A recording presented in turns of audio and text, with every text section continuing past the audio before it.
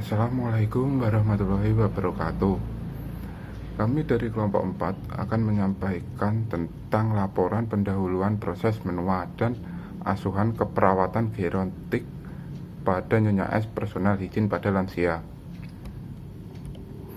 Anggota kelompok kami Edo Sulistiono, Nanang Aziz Santoso, Wahyu Eko Srimananda.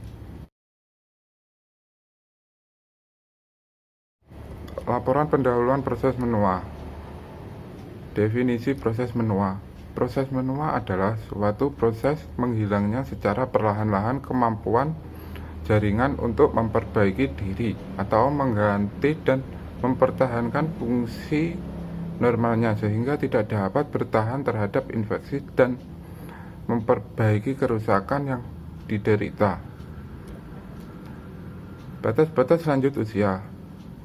Yang pertama, batasan usia menurut WHO meliputi yang pertama usia pertengahan, yaitu kelompok usia 45 sampai 59 tahun. Yang kedua, lanjut usia antara 60 sampai 74 tahun. Yang ketiga, lanjut usia tua antara 75 sampai 90 tahun. Yang keempat, usia sangat tua di atas 90 tahun. Terus yang kedua, menurut UUD Undang-Undang Nomor 4 Tahun 1965 Pasal 1 dinyatakan sebagai berikut. Seorang dapat dinyatakan sebagai seorang jompo atau lanjut usia setelah yang bersangkutan mencapai umur 55 tahun, tidak mempunyai atau tidak berdaya mencari nafkah sendiri untuk keperluan hidupnya sehari-hari dan menerima nafkah dari orang lain. Yang C, teori proses menua. Teori proses menua menurut Potter dan Perry dalam kurun 2005 yaitu sebagai berikut. Teori biologis. Yang pertama, teori ada 3, teori radikal bebas, teori crosslink. Teori crosslink dan jaringan ikat menyatakan bahwa molekul kolagen dan elastin komponen jaringan ikat membentuk senyawa yang mengikat rigiditas sel. Crosslink diperkirakan akibat reaksi kimia yang menimbulkan senyawa antara molekul-molekul yang normal terpisah. Yang ketiga, teori imunologis. Teori imunitas berhubungan langsung dengan proses penuaan. Selama proses penuaan, sistem imun juga akan mengalami kemunduran dalam pertahanan terhadap organisme asing yang masuk ke dalam tubuh, sehingga pada lansia akan sangat mudah mengalami infeksi dan kanker. Dan selanjutnya, teori psikososial. Ada 3 juga. Yang pertama, teori penarikan diri. Yang kedua, teori aktivitas. Yang ketiga, teori kontinuitas. Teori kontinuitas mencoba menjelaskan mengenai kemungkinan kelanjutan dari perilaku yang sering dilakukan klien pada usia dewasa. Selanjutnya, pathway proses menua. Proses menua dibagi menjadi 3 fase. Yang pertama, fase subklinik pada usia 25 sampai 35, penurunan hormon dalam kurung testosteron, growth hormone dan estrogen. Fase yang kedua, fase transisi. Usia 35 sampai 45, penurunan hormon 25%. Yang ketiga, fase klinik. Usia 45, produksi hormon sudah berkurang sehingga akhirnya berhenti. Dari ketiga fase itu dapat menyebabkan polusi udara, diet yang tak sehat dan stres, peningkatan radikal, dan menyebabkan kerusakan sel DNA dalam kurung sel tubuh, dan menyebabkan sistem dalam tubuh mulai terganggu, seperti penglihatan menurun, rambut beruban, stamina dan energi berkurang, wanita dalam kurung menopause dan pria adopause, dan juga dapat menyebabkan penyakit degeneratif dalam kurung DM, osteoporosis, hipertensi, penyakit jantung koroner. Selanjutnya akan disampaikan oleh Wahyu Eko. Saya Wahyu Eko Srimananda. Di sini saya akan melanjutkan presentasi dari Nanang. Tanda dan gejala. Tanda dan gejala menurut Patricia Gons-Morton dan kawan-kawan 2011 yaitu 1. Perubahan organik. A. Jumlah jaringan ikat dan kolagen meningkat. B. Unsur seluler pada sistem saraf, otot, dan organ vital lainnya menghilang. C. Jumlah sel yang berfungsi normal menurun. D. Jumlah lemak meningkat. E. Penggunaan oksigen menurun. F. Selama istirahat jumlah darah yang dipompakan menurun. G. Jumlah udara yang diekspirasi paru lebih sedikit. H. Ekskresi hormon menurun. I. Aktivitas sensorik dan persepsi menurun. J. Penyerapan lemak, protein, dan karbohidrat menurun. K. Lumen arteri menebal. 2. Sistem pernafasan. Tanda. A. Penurunan jumlah neuron dan peningkatan ukuran dan jumlah sel neuroglial. B. Penurunan saraf dan serabut saraf. C. Atrofi otak dan peningkatan ruang mati dalam kranim. D. Penebalan leptomeninges di medula spinalis. Gejala. A. Peningkatan resiko masalah neurologis, cedera cerebrovaskuler, Parkinsonisme. B. Konduksi serabut saraf melintasi sinaps makin lambat. C. Penurunan ingatan jangka pendek derajat sedang. D. Gangguan pola gaya berjalan, kaki dilebarkan, langkah pendek, dan menekuk ke depan. E. Peningkatan resiko hemoragi sebelum muncul gejala. 3. Sistem pendengaran. Tanda. A. Hilangnya neuron audiotorius. B. Kehilangan pendengaran dari frekuensi tinggi ke frekuensi rendah. C. Peningkatan serumen. D. Angiosklerosis telinga. Gejala. A. Penurunan ketajaman pendengaran dan isolasi sosial, khususnya penurunan kemampuan untuk mendengar konsonan. B. Sulit mendengar, khususnya bila ada suara latar belakang yang mengganggu atau bila percakapan cepat. C. Impaksi serumen dapat menyebabkan kehilangan pendengaran. 4. Sistem penglihatan. Tanda. Penurunan fungsi sel batang dan sel kerucut. B. Penumpukan pigmen. C. Penurunan kecepatan gerakan mata. D. Atrofi otot siliar. E. Peningkatan ukuran lensa dan penguningan lensa. F. Penurunan sekresi air mata. Gejala. A. Penurunan ketajaman penglihatan, lapang penglihatan, dan adaptasi terhadap terang atau gelap. B. Peningkatan kepekaan terhadap cahaya yang menyilaukan. C. Peningkatan insiden glaukoma.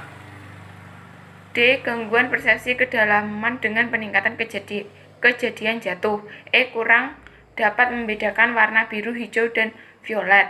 F. Peningkatan kekeringan dan iritasi mata. 5. Sistem kardiovaskuler. Tanda. A. Atrofi serat otot yang melapisi endokardium. B. Aterosklerosis pembuluh darah. C. Peningkatan tekanan darah sistolik. D. Penurunan komplien ventrikel kiri. E. Penurunan jumlah sel pankemaker. F. Penurunan kepekaan terhadap baroreseptor. Gejala: A. Peningkatan tekanan darah. B. Peningkatan penekanan pada kontraksi atrium dengan S4 terdengar.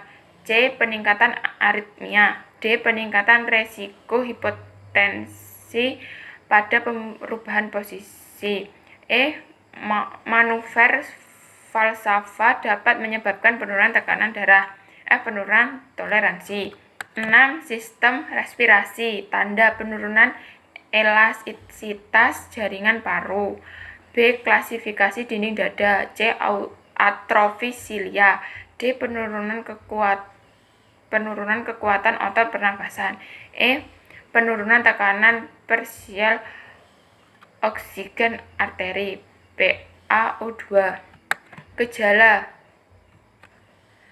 A. Penurunan efisiensi pertukaran ventilasi. B. Peningkatan kerentanan terhadap infeksi dan atelektasis. C. Peningkatan risiko aspirasi. D. Penurunan respon ventilasi terhadap hipoksia dan hiperkapnia. E. Peningkatan kepekaan terhadap narkotik. 7. Sistem gastrointestinal. Tanda: A. Penurunan ukuran hati. B. Penurunan tonus otot pada usus. C. Pengosongan esofagus makin lambat. D. Penurunan sekresi asam lambung. E. Atrofi lapisan mukosa. Gejala: A. Perubahan asupan akibat penurunan nafsu makan. B. Ketidaknyamanan setelah makan karena jalannya makanan melambat. C. Penurunan penyerapan kalsium dan besi. D. Peningkatan resiko konstipasi, spasme esofagus, dan penyakit divertikuler. 8. Sistem reproduksi. Tanda: A. Atrofi fibrosis dinding serviks dan uterus. B. Penurunan elastisitas vagina dan lubrikasi. C. Penurunan hormon dan oosit. D. Involusi jaringan kelenjar mamai. E. Proliferasi jaringan stroma dan glandular. Gejala: A. Kekeringan vagina dan rasa terbakar dan nyeri saat koitus. B. Penurunan volume cairan semina dan kekuatan ejakulasi. C. Penurunan elevasi testis. D. Hipertrofi prostat. E. Jaringan ikat payudara digantikan dengan jaringan lemak sehingga pemeriksaan payudara lebih mudah dilakukan. 9. Sistem perkemian. Tanda: A. Penurunan massa ginjal. B. Tidak ada glomerulus. C. Penurunan jumlah nefron yang berfungsi. D. Perubahan dinding pembuluh darah kecil. E. Penurunan tonus otot pandu kemih. Gejala: A. Penurunan GFR. B. Penurunan kemampuan penghematan natrium. C. Peningkatan BUN. D. Penurunan aliran darah ginjal. E. Penurunan kapasitas kandung kemih dan peningkatan urin residual. F. Peningkatan urgensi. 10. Sistem endokrin. Tanda: A. Penurunan testosteron, hormon pertumbuhan, insulin, androgen, aldosteron, hormon tiroid. B. Penurunan termoregulasi. C. Penurunan respon demam. D. Peningkatan nodularitas dan fibrosis pada tiroid. E. Penurunan laju metabolik basal. Gejala: A. Penurunan kemampuan untuk menoleransi stresor seperti pembedahan. B. Penurunan berkeringat dan menggigil dan pengaturan suhu.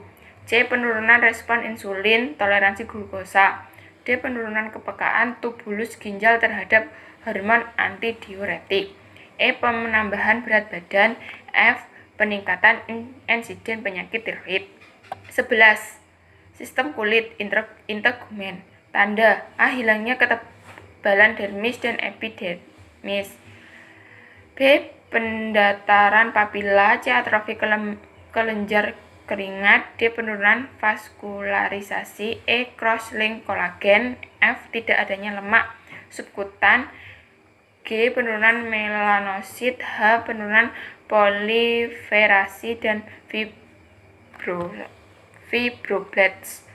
Gejala: A. Penipisan kulit dan rentan sekali robek. B. Kekeringan dan pruritus.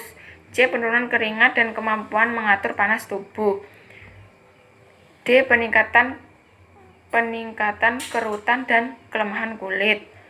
E. Tidak adanya bantalan lemak yang melindungi tulang dan menyebabkan timbulnya nyeri. F. Penyembuhan luka makin lama. 12. Muskuloskeletal. Tanda: A. Penurunan massa otot. B. Penurunan aktivitas miosin adenosin trifosfat. C. Pemburukan dan kekeringan pada kartilago sendi. D. Penurunan massa tulang dan aktivitas osteoblas. Gejala: penurunan kekuatan otot. B. Penurunan densitas tulang. Penurunan tinggi badan. D. Nyeri dan kekuatan pada sendi. E. Peningkatan risiko fraktur. F. Perubahan cara berjalan dan postur.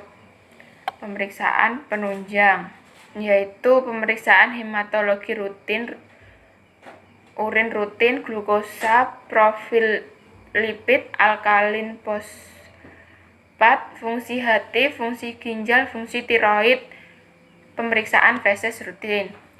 Diagnosa keperawatan yang mungkin muncul menurut Wilkinson 2011. Yang pertama, defisit perawatan diri, berpakaian, makan, eliminasi. Kedua, gangguan sensori persepsi, tipe penglihatan, pendengaran, taktil, olfaktori.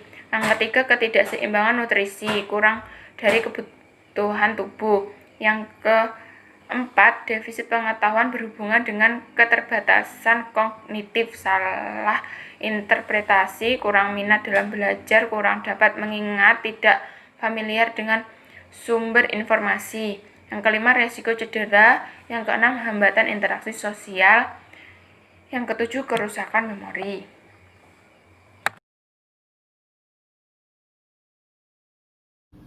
Format pengkajian asuhan keperawatan gerotik. Yang pertama, biodata.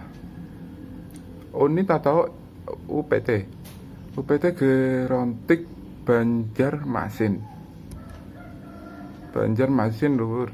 Nama klien Nyonya S, umur 67 tahun, alamat asal Kuala Banjarmasin, tanggal waktu datang 24 Januari 2019. Nama Wisma Indah. Jenis kelamin perempuan. Lama tinggal di panti 1 tahun. Orang yang bisa dihubungi atau penanggung jawab adalah Nyonya E, anak kandung dari Nyonya S. Alamat Kuala Banjarmasin. Yang nomor 2, pola persepsi kesehatan atau pengelolaan pemeliharaan kesehatan. Penyakit atau masalah kesehatan saat ini. Keluhan utama saat ini, klien sering merasa lemah dan cepat lelah jika beraktivitas banyak. Riwayat penyakit sekarang. Klien mengatakan tidak pernah mengalami penyakit yang berat-berat. Hanya mengalami sakit kepala, demam, batuk, dan flu biasa. Riwayat penyakit yang lalu, klien tidak ada menderita penyakit berat, hanya sakit kepala, demam, batuk, dan flu biasa. Merokok tidak, suka makan asin tidak, suka makan manis tidak, mengkonsumsi tinggi purin kadang, mengkonsumsi makanan berlemak kadang, alkohol tidak, mengkonsumsi obat-obatan dijual bebas atau tanpa resep iya, alergi dalam kurung obat, makanan, plester, cairan tidak. Harapan tinggal di panti, mendapat perawatan yang bagus dan lebih sejahtera. Pengetahuan tentang penyakit atau Masalah kesehatan saat ini, pengertian penyebab, tanda gejala, dan cara perawatan. Klien menyadari dirinya sudah lansia, merasa lemah dan sering cepat lelah sehingga terbatas dalam melakukan perawatan diri. Pengetahuan tentang pencegahan penyakit atau masalah kesehatan saat ini. Cara pencegahan. Klien mengetahui cara pencegahannya, tetapi klien cepat merasa lelah sehingga terbatas melakukan perawatan diri. Pengetahuan tentang keamanan atau keselamatan. Pencegahan terhadap cedera atau kecelakaan. Klien tidak mengetahui dirinya sudah tua dan terbatas dalam perawatan diri. Yang ketiga, aktivitas latihan. Tingkat kemandirian dalam kehidupan sehari-hari. Dalam kurung indeks Bartel. Yang pertama, nomor 1, makan. Dengan bantuan 5, mandiri 10. Skor yang didapat 10. Yang kedua, berpindah dari kursi roda ke tempat tidur atau sebaliknya. Dengan bantuan 5-10, mandiri 15. Skor yang didapat 10. Yang ketiga, personal toilet, dalam kurung cuci muka, menyisir rambut, gosok gigi. Dengan bantuan 0, mandiri 5. Skor yang didapat 5. Yang keempat, keluar masuk toilet, dalam kurung mencuci pakaian, menyeka tubuh, menyiram. Dengan bantuan 5, mandiri 10. Skor yang didapat 5. Mandi dengan bantuan 0, mandiri 5. Skor yang didapat 5. Berjalan di permukaan datar, dalam kurung jika tidak bisa dengan kursi roda. Dengan bantuan 0, mandiri 5. Skor yang didapat 5. Naik turun tangga dengan bantuan 5, mandiri 10. Dengan skor yang didapat 5. Yang kedelapan, mengenakan pakaian. Dengan bantuan 5, mandiri 10. Skor yang didapat 5. Kontrol bowel atau BAB. Dengan bantuan 5, mandiri 10. Skor yang didapat 5. Kontrol bladder atau BAK. Dengan bantuan 5, mandiri 10. Skor yang didapat 5. Alat bantu tongkat. Yang nomor 4, nutrisi dan metabolik. Jenis makanan saat ini nasi, bubur, cair, dan suplemen. Yang dimakan bubur, diet atau makanan pantangan yang dijalani saat ini, ya, rendah garam, rendah gula, rendah purin, batasi kacang-kacangan. Program diet saat ini, rendah garam, rendah gula, rendah purin, batasi kacang-kacangan. Jumlah porsi setiap kali makan, 1 piring tidak penuh. Frekuensi dalam 1 hari 3 kali sehari. Nafsu makan normal. Berat badan saat ini 51 kg, tinggi badan 151 cm. Fluktuasi berat badan 6 bulan terakhir. Tidak naik atau tidak turun. Tetap 51 kg. Tukaran menelan tidak. Gigi palsu tidak. Gigi ompong ya, bagian atas. Jumlah cairan atau minuman 1-2 liter. Jenis cairan air putih dan susu. Riwayat masalah penyembuhan kulit kering. Pengkajian determinan nutrisi baik, tidak ada resiko. Yang kelima, eliminasi. Kebiasaan defekasi, dalam kurung BAB, 1 kali sehari. Pola BAB saat ini dalam batas normal, DBN. Warna feses kuning kecoklatan. Kolostomi tidak. Kebiasaan PAK 4-5 kali per hari. Jumlah lebih dari 1000 cc per hari. Malam sering berkemih. Warna urin kuning jernih. Yang keenam, tidur istirahat. Kebiasaan tidur 7 jam sampai 7 jam di waktu malam hari, 1 jam di waktu tidur siang. Nyenyak tidur ya, masalah tidur tidak ada. Selanjutnya nomor 7, kognitif perseptual, dalam kurung berdasarkan observasi perawat. Keadaan mental stabil, pengkajian emosional tidak ada masalah, berbicara normal, bahasa yang dikuasai Indonesia, kemampuan memahami iya, pengkajian fungsi intelektual dengan menggunakan SPMSG, SMQ, kerusakan intelektual sedang. Terus pengkajian kemampuan kognitif dengan menggunakan MMSA, gangguan kognitif sedang, kecemasan ringan. Terus pengkajian depresi dengan geriatric depression scale, dalam kurung short form, ada depresi. Terus pendengaran terganggu, dalam kurung K, penglihatan kacamata, vertigo tidak, nyeri tidak. Yang nomor 8, persepsi diri atau konsep diri. Masalah utama sehubungan dengan dirawat di panti. Adakah ancaman perubahan penampilan atau kehilangan anggota badan? Iya. Adakah penurunan harga diri? Iya. Adakah ancaman kematian? Tidak. Adakah ancaman terhadap kesembuhan penyakit? Tidak. Adakah masalah keuangan? Tidak. Pola coping atau toleransi stres. Berdasarkan masalah yang dihadapi di atas, dalam kurung konsep diri, pola coping individual, konstruktif atau efektif. Yang nomor 10, seksualitas atau reproduksi.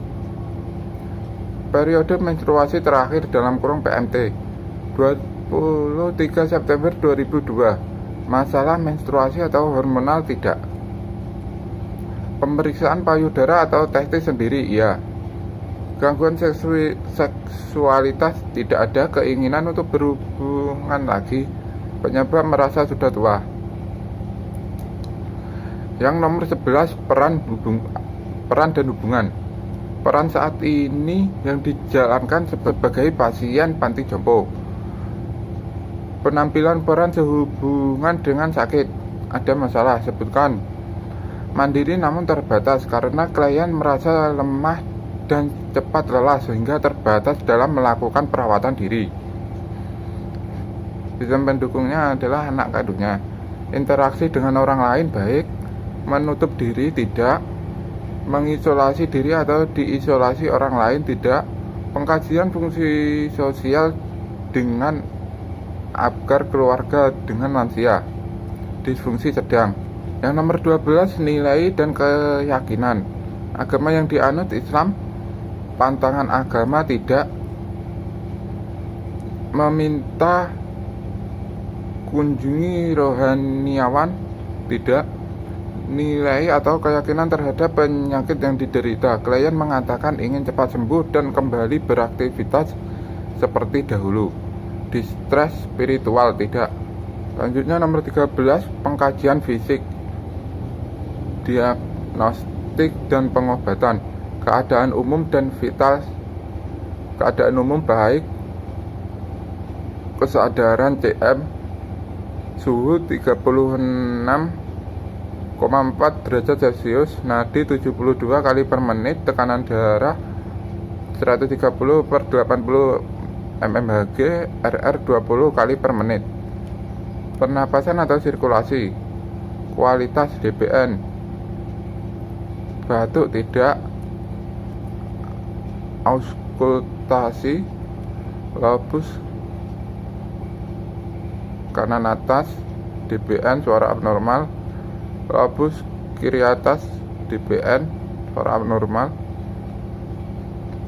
lobus kanan bawah DBN suara abnormal, lobus kanan bawah suara DBN suara abnormal, bunyi jantung DBN, pembesaran vena jugularis tidak, edema tungkai tidak, nadi kaki kanan atau dalam kurung pedalis kuat, nadi kaki kiri dalam kurung pedalis kuat. Selanjutnya metabolik integumen kulit, warna DBN dalam batas normal, suhu kulit dalam batas normal atau DBN, edema tidak ada, lesi tidak ada, memar tidak ada, kemerahan tidak ada, gatal tidak ada, terpasang selang infus atau kateter tidak, gusi DBN dalam batas normal, gigi ompong, bising usus ada, asites tidak, nyeri tekan tidak, kembung tidak, teraba massa atau tumor tidak. Selanjutnya neuro dan sensori, pupil sama, reaksi terhadap cahaya kiri iya, kanan iya, keseimbangan kurang, kecepatan berjalan cukup, gangguan tangan sama kuat dan lemah atau paralisis, otot kaki sama kuat, kesemutan iya, sebutkan tangan kiri, anestesi tidak, lampiran form 1, pengkajian determinan nutrisi pada lansia. Nomor 1, indikator menderita sakit atau kondisi yang mengakibatkan perubahan jumlah dan jenis makanan yang dikonsumsi, skor 2. Nomor 2, makanan kurang dari 2 kali dalam sehari, skor 3. Yang nomor 3, makan sedikit buah, sayur atau olahan susu, skor 2. Yang nomor 4, mempunyai 3 atau lebih kebiasaan minum minuman beralkohol setiap harinya, skor 2. Nomor 5, mempunyai masalah dengan mulut atau giginya sehingga tidak dapat makan makanan yang keras, skor 2. Yang nomor 6, tidak selalu mempunyai cukup uang untuk membeli makanan, skor 4. Yang ke-7, lebih sering makan sendirian, skor 1. Yang ke-8, mempunyai keharusan menjalankan terapi minum obat 3 kali atau lebih setiap harinya, skor 1. Nomor 10, mengalami penurunan berat badan 5 kg dalam 6 bulan terakhir, skor 2. Yang nomor 10, tidak selalu mempunyai kemampuan fisik yang cukup untuk berjalan, memasak atau makan sendiri, skor 2. Lampiran form 2. 1. Pengkajian masalah emosional. Pertanyaan tahap 1. Apakah klien mengalami susah tidur? Adakah masalah atau banyak pikiran? Apakah klien murung atau menangis sendiri? Apakah klien sering was-was atau khawatir? Lanjutkan pertanyaan tahap 2 jika jawaban ya 1 atau lebih. Pertanyaan tahap 2. Keluhan lebih dari 3 bulan atau lebih dari 1 bulan 1 kali dalam 1 bulan. Yang kedua, ada masalah atau banyak pikiran. Ada gangguan atau masalah dengan orang lain, menggunakan obat tidur atau penenang atas anjuran dokter, cenderung mengurung diri. Lebih dari 1 atau sama dengan 1 jawaban ya, maka masalah emosional ada atau ada gangguan emosional. Gangguan emosional yang menyebabkan gangguan emosional. Lampiran form 2, pengkajian tingkat kerusakan intelektual dengan menggunakan SPMSQ, Short Problem Mental Status Questionnaire. Ajukan beberapa pertanyaan pada daftar di bawah ini. Nomor 1 pertanyaannya, tanggal berapa hari ini? Nomor 2, hari apa sekarang? Terus yang nomor 3, apa nama tempat ini? Yang nomor 4, di mana alamat Anda? Nomor 5, berapa umur Anda? Yang ke-6, kapan Anda lahir? Yang ke-7, siapa Presiden Indonesia? Yang ke-8, siapa Presiden Indonesia sebelumnya? Yang nomor 9, siapa nama ibu Anda? Yang nomor 10, kurangi 3 dari 20 dan tetap pengurangan 3 dari setiap angka baru secara menurun. Interpretasi, salah 0 sampai 3 fungsi intelektual utuh, salah 4 sampai 5 fungsi intelektual kerusakan ringan, salah 6 sampai 8 fungsi intelektual kerusakan sedang, salah 9 sampai 10 fungsi intelektual kerusakan berat. Lampiran from 4. Identitas aspek kognitif dengan menggunakan MMSI, Mini Mental Status Exam. Nomor 1, aspek kognitif orientasi, nilai maksimalnya 5. Yang kedua, aspek kognitif orientasi, nilainya 5. Yang ketiga, registrasi, nilai maksimalnya 3. Terus perhatian dan kalkulasi, nilai maksimalnya 5. Mengingat, nilai maksimalnya 3. Bahasa, nilai maksimalnya 9. Interpretasi hasil 24 sampai 30 tidak ada gangguan kognitif. 18 sampai 23 gangguan kognitif sedang. 0 sampai 17 gangguan kognitif berat. Kesimpulan, gangguan kognitif sedang. Lampiran from 5. Pengkajian kecemasan. Nomor 1, apakah Anda merasa jantung berdebar kencang dan kuat? Yang kedua, apakah napas Anda pendek? Yang ketiga, apakah Anda mengalami gangguan pencernaan? Yang keempat, apakah Anda merasa seperti hal yang tidak nyata atau di luar diri Anda sendiri? Yang kelima, apakah Anda merasa seperti kehilangan kontrol?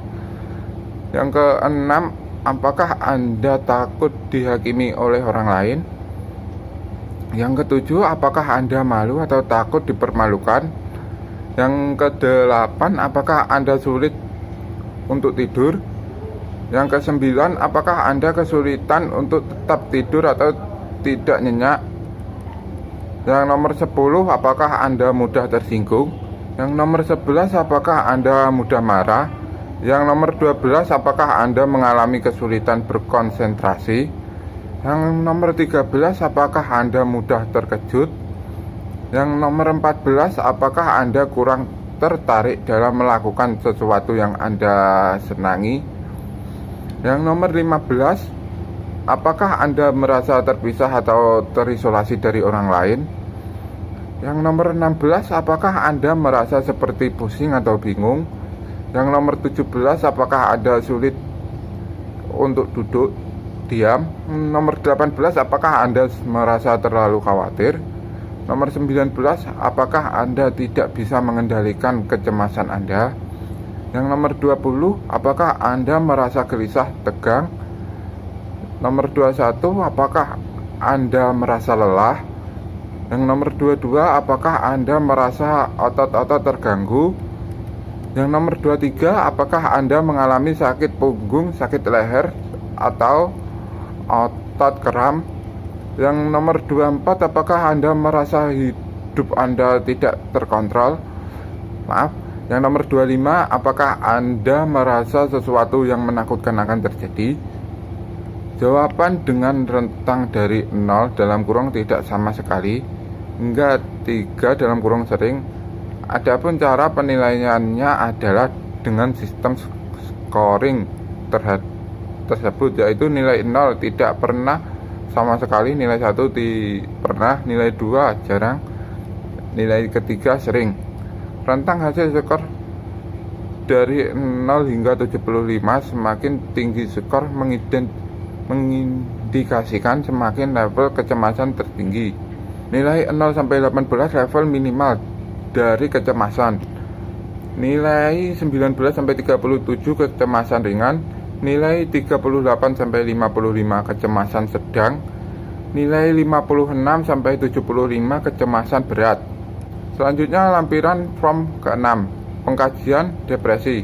Di sini ada pertanyaan dan juga jawaban. Bila pasien ada depresi bilang iya, bila tidak ada bilang tidak. Yang nomor 1, pertanyaan, Anda puas dengan kehidupan Anda saat ini? Yang nomor 2, Anda merasa bosan dengan berbagai aktivitas dan kesenangan? Yang nomor 3, Anda merasa bahwa hidup Anda hampa atau kosong? Yang nomor 4, Anda sering merasa bosan? Yang nomor 5, Anda memiliki motivasi yang baik sepanjang waktu? Yang nomor 6, Anda takut ada sesuatu yang buruk terjadi pada Anda? Yang nomor 7, Anda lebih merasa bahagia di sepanjang waktu? Yang nomor ke-8, Anda sering merasakan butuh bantuan? Nomor 9, Anda lebih senang tinggal di rumah daripada keluar melakukan sesuatu hal? Yang nomor 10, Anda merasa memiliki banyak masalah dengan ingatan Anda? Yang nomor 11, Anda menemukan bahwa hidup ini sangat luar biasa. Nomor 12, Anda tidak tertarik dengan jalan hidup Anda. Nomor 13, Anda merasa diri Anda sangat energik atau bersemangat. Nomor 14, Anda merasa tidak punya harapan. Yang nomor 15, Anda berpikir bahwa orang lain lebih baik daripada Anda. Interpretasi, jika diperoleh skor 5 atau lebih, maka diindikasikan depresi. Lampiran form 7, Apgar keluarga dengan lansia. Alat screening yang dapat digunakan untuk mengkaji fungsi sosial lansia. Nomor 1, saya puas bahwa saya dapat kembali pada keluarga dalam kurung teman saya untuk membantu pada waktu sesuatu menyusahkan saya. Fungsi adaptation. Nomor 2, saya puas dengan cara keluarga dalam kurung teman saya memberikan sesuatu dengan saya dan mengungkapkan masalah dengan saya. Partnership. Yang nomor 3, saya puas dengan cara keluarga atau teman-teman saya menerima dan mendukung keinginan saya untuk melakukan aktivitas atau arah baru. Growth. Nomor 4, saya puas dengan cara keluarga dalam kurung teman-teman saya mengekspresikan efek dan berespon terhadap emosi-emosi saya seperti marah, sedih, atau mencintai. Fungsi affection. Nomor 5, saya puas dengan cara teman-teman saya dan saya menyediakan waktu bersama-sama. Resolve. Kategori skor. Pertanyaan-pertanyaan yang dijawab. 1, selalu. Skor 2. Nomor 2, kadang 1. Nomor 3, kadang tidak pernah. Skor 0. Lampiran form 8, pengkajian keseimbangan. Nomor 1, posisi duduk. Nomor 1, instruksi penilaian. Posisi duduk. A, belajar atau set di kursi. B, stabil dan aman. Terus yang kedua, berdiri dari kursi. A, tidak mampu bila tanpa bantuan. B, mampu tapi menggunakan kekuatan lengan. C, mampu berdiri spontan tanpa menggunakan lengan. Yang nomor 3, usaha untuk berdiri. Tidak mampu bila tanpa bantuan, itu skornya 0. Mampu tapi lebih dari 1 upaya, itu skornya 1. mampu dalam suatu kali upaya, itu skornya 2. Yang nomor 4, berdiri dari kursi dalam kurung segera dalam 5 detik pertama. Tidak kokoh dalam kurung goyah, terhuyun-huyun, tidak stabil, itu skornya 0. Kokoh tapi dengan alat bantu, walker atau tongkat pegangan sesuatu, itu skornya 1. Berdiri tegak, kaki rapat tanpa alat bantu atau pegangan, itu skornya 2. Yang nomor 5, keseimbangan berdiri, tidak kokoh, goyah atau stabil, itu skornya 0. Berdiri dengan kaki melebar, jarak antara kedua kaki lebih dari 4 inci atau menggunakan alat bantu, walker atau tongkat atau pegangan, itu skornya 1. Berdiri tegak, jarak kaki berdekatan tanpa alat bantu atau pegangan, itu skornya 2. Yang nomor 6, subjek dalam posisi maksimum dengan kaki sedekat mungkin, kemudian pemeriksa mendorong perlahan tulang dada subjek 3 kali dengan telapak tangan. Mulai terjatuh, itu skornya 0. Goyah atau sempoyongan tapi dapat mengendalikan diri, itu skornya 1. Kokoh berdiri dalam kurung stabil, itu skornya 2. Yang nomor 7, berdiri dengan mata tertutup dalam kurung dengan posisi seperti nomor 6. Tidak kokoh dalam kurung goyah atau sempoyongan, itu skornya 0. Berdiri kokoh dalam kurung stabil, itu skornya 1. Nomor 8.1, berbalik 360 derajat, tidak mampu melanjutkan langkah atau dalam kurung berputar, itu skornya 0. Dapat melanjutkan langkah dalam kurung berputar, itu skornya 1. 8.2, berbalik 360 derajat, tidak kokoh dalam kurung goyah sempoyongan, itu skornya 0. Berdiri kokoh dalam kurung stabil, itu skornya 1. Yang nomor 9, duduk ke kursi, tidak aman dalam kurung kesalahan mempersepsikan jarak langkah menjatuhkan diri ke kursi, itu skornya 0. Terus menggunakan kekuatan lengan atas tidak secara perlahan, itu skornya 1. Aman gerakan perlahan, itu skornya 2. Dan nomor 10, melakukan perintah untuk berjalan, ragu-ragu mencari objek untuk dukungan, itu skornya 0. Tidak ragu, mantap, aman, itu skornya 1. Yang nomor 11.1, ketinggian kaki saat melangkah. Kaki kanan tidak konstan, menyeret atau mengangkat kaki terlalu tinggi, itu skornya 0. Konstan dan tinggi langkah normal, itu skornya 1. Kaki kiri, kenaikan tidak konstan, menyeret atau mengangkat kaki terlalu tinggi, itu skornya 0. Konstan dan tinggi langkah normal, itu skornya 1.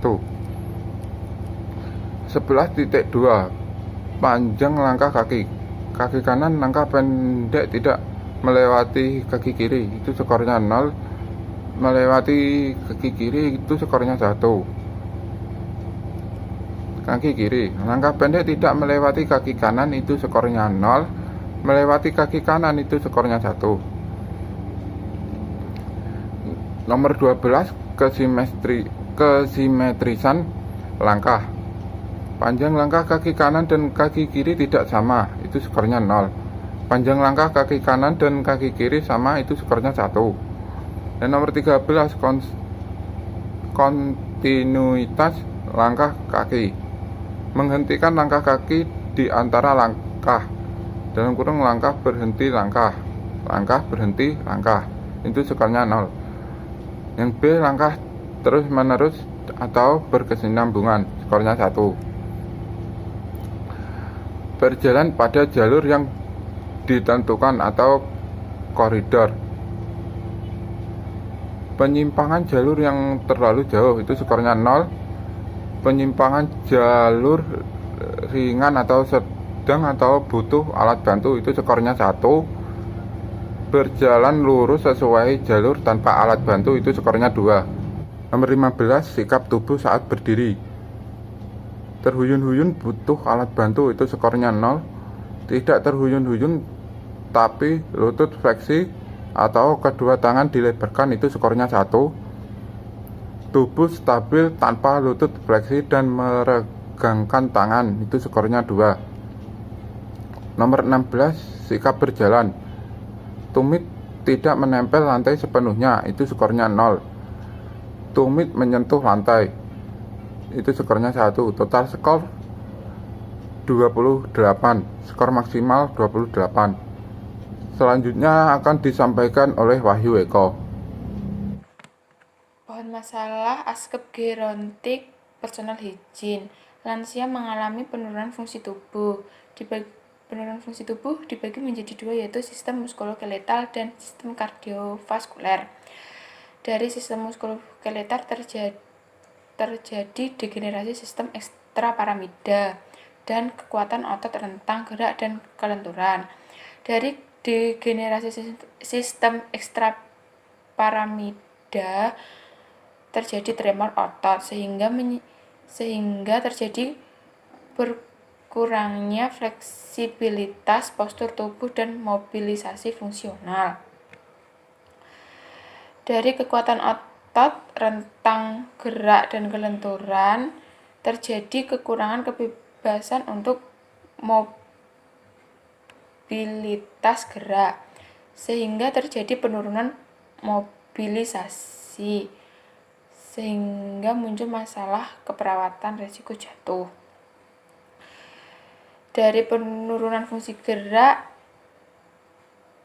yaitu sistem kardiovaskuler, katup jantung menebal dan kaku akibat klasifikasi fibrosis sehingga terjadi tekanan darah, lalu menyebabkan resistensi pembuluh darah otak meningkat sehingga menyebabkan nyeri kepala. Resiko jatuh dan nyeri kepala mengakibatkan penurunan personal. Penurunan personal dibagi menjadi 2. Yang pertama, tidak mampu mandi atau mengenakan pakaian atau berhias secara mandiri. Yang kedua, merasa tidak nyaman dengan situasi sosial. Dari tidak mampu mandi atau mengenakan pakaian atau berhias secara mandiri sehingga terjadi minat melakukan perawatan diri kurang dan perilaku yang tidak sesuai dengan nilai setempat. Dari minat melakukan perawatan diri kurang muncul masalah keperawatan defisit perawatan diri. Dari perilaku yang tidak sesuai dengan nilai setempat sehingga menyebabkan perasaan tidak berdaya sehingga muncul masalah keperawatan resiko harga diri rendah situasional.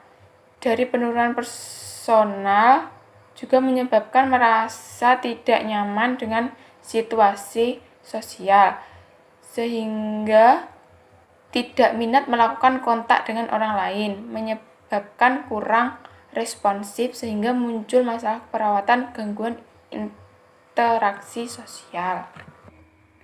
Pengkajian fokus. Data fokus.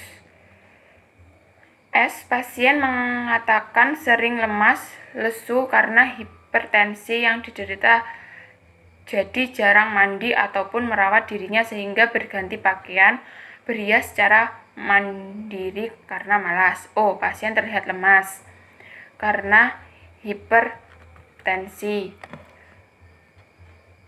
Kedua, terlihat sedikit lusuh. Ketiga, mandi biasanya hanya 3 kali seminggu. Berganti pakaian apabila ingat saja. Berhias secara mandiri apabila ingat saja. Masalah keperawatan defisit perawatan diri berhubungan dengan minat melakukan perawatan diri kurang. Yang kedua, pasien mengatakan sudah tidak memiliki peran sosial dan tidak tidak berfungsi lagi karena sering lupa dan hilang ingatan secara tiba-tiba. Ini terjadi setelah kematian suaminya 3 tahun yang lalu. Kemudian oleh keluarganya dibawa ke panti. Objektifnya, pasien sering lupa, hilang ingatan secara tiba-tiba. Yang kedua, pasien kehilangan orang terdekat atau tersayang. Yang ketiga, pasien dianggap tidak berguna lagi oleh keluarganya. Masalahnya, resiko harga diri rendah situasional berhubungan dengan perasaan yang tidak berdaya. Format rencana asuhan keperawatan. Diagnosa keperawatan atau masalah kolaboratif. Defisit perawatan diri berhubungan dengan minat melakukan perawatan diri kurang. Tujuannya, setelah dilakukan tindakan keperawatan 3 kali 24 jam, diharapkan pasien mampu melakukan aktivitas menyelesaikan aktivitas perawatan diri. Kriteria hasil: kemampuan mandi meningkat, kemampuan berpakaian meningkat, kemampuan berhias meningkat, minat melakukan perawatan diri meningkat, mempertahankan kebersihan diri meningkat. Intervensi: observasi, identifikasi kebiasaan aktivitas perawatan diri sesuai usia, monitor tingkat kemandirian. Terapeutik: siapkan keperluan pribadi, misal parfum, sikat gigi, dan sabun mandi. Yang kedua, sediakan pakaian pada tempat yang mudah dijangkau dan sesuai kebutuhan. 3. Fasilitas berhias, misal menyisir rambut. Yang keempat, dampingi dalam melakukan perawatan diri sampai mandiri. 5. Jadwalkan rutinitas perawatan diri. Yang keenam, berikan pujian jika pasien dapat melakukan. Edukasi: jelaskan manfaat mandi dan dampak tidak mandi terhadap kesehatan. Yang kedua, ajarkan mengenakan pakaian jika perlu. Yang ketiga, anjurkan melakukan perawatan diri secara konsisten sesuai kemampuan. Diagnosa kedua yaitu resiko harga diri rendah situasional berhubungan dengan perasaan yang tidak berdaya. Setelah dilakukan tindakan keperawatan 3 kali 24 jam, diharapkan pasien mampu merasa positif terhadap diri sendiri atau kemampuan sebagai respon terhadap situasi saat ini. Kriteria hasil: penilaian positif diri membaik, perasaan memiliki kelebihan atau kemampuan membaik, minat mencoba hal baru meningkat, perasaan malu menurun, perasaan tidak mampu melakukan apapun menurun. Intervensi: observasi, identifikasi harapan untuk mengendalikan perilaku. Terapeutik: 1. Jadwalkan kegiatan terstruktur. 2. Tingkatkan aktivitas fisik sesuai kemampuan. 3. Batasi jumlah pengunjung. 4. Bicara dengan nada rendah dan tenang. 5. Beri penguatan positif terhadap keberhasilan mengendalikan perilaku. 6. Hindari bersikap menyudutkan dan menghentikan pembicaraan. Yang ketujuh, hindari sikap mengancam dan berdebat. Yang kedelapan, hindari berdebat atau menawar batas perilaku yang ditetapkan. Edukasi: 1. Informasikan keluarga bahwa keluarga sebagai dasar pembentukan kognitif. Catatan kemajuan keperawatan. Tanggal 7 Mei 2020 jam 8 sampai jam 9. Diagnosa defisit perawatan diri berhubungan dengan minat melakukan perawatan diri kurang.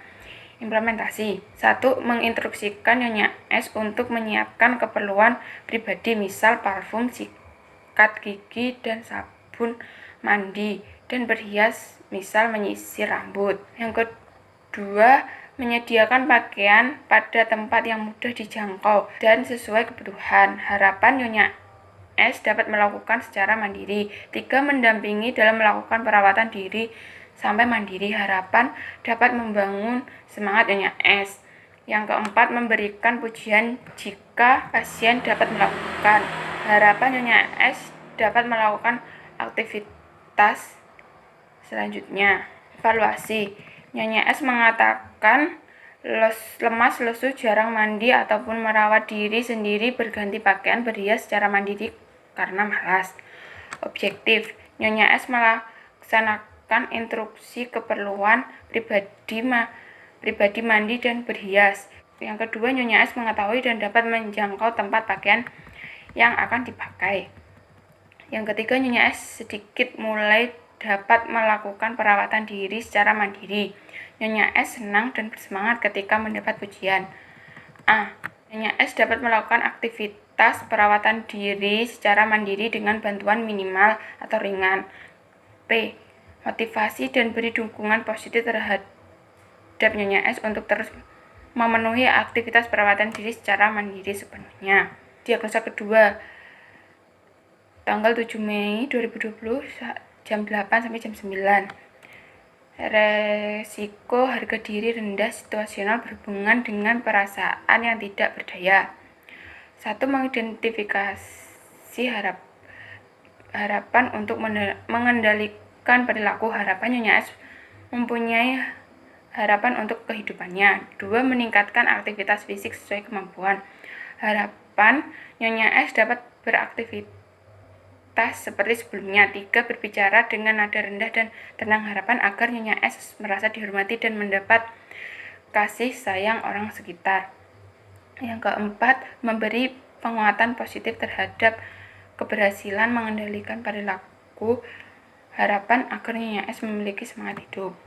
Evaluasi. Subjektif.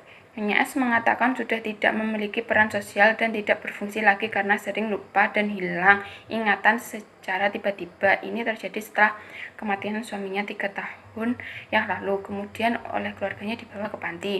O. 1. Nyonya S melakukan aktivitas hanya sebisanya saja dan masih jarang mengobrol dengan temannya. 2. Nyonya S terlihat tenang ketika lawan bicaranya berbicara dengan nada rendah dan tenang. 3. Nyonya S hanya terdiam ketika teman ataupun perawat memberi penguatan positif terhadap dirinya. A. Nyonya S merasa kesepian dan masih memikirkan mendiang suaminya yang telah meninggal 3 tahun yang lalu. B. Motivasi dan beri dukungan positif terhadap Nyonya S untuk semangat menjalani hidup meskipun telah ditinggal oleh orang yang tersayang, karena masih banyak orang di sekitar Nyonya S yang mendukung dan peduli terhadap Nyonya S. Sekian presentasi dari kelompok kami, ada kurang kelebihnya kami mohon maaf. Wassalamualaikum warahmatullahi wabarakatuh.